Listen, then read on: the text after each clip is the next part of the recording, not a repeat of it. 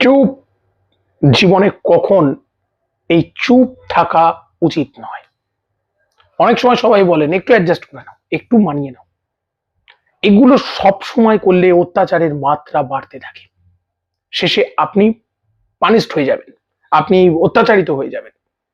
সবাই আপনাকে গরম দেখাবে, আপনি যত নত হবেন আপনার উপর গরমের মাত্রা বাড়বে, শেষে মাথা ফেটে যাবে। তো কখন চুপ থাকা উচিত নয়? যখন দেখবেন আপনার পরিবার পরিজন আত্মীয় একবার দুবার ভুল করছে কিন্তু বারবার সেই ভুলটা আপনার উপর চাপিয়ে দিচ্ছে, তখন গর্জে উঠুন, প্রতিবাদ করুন। প্রথম।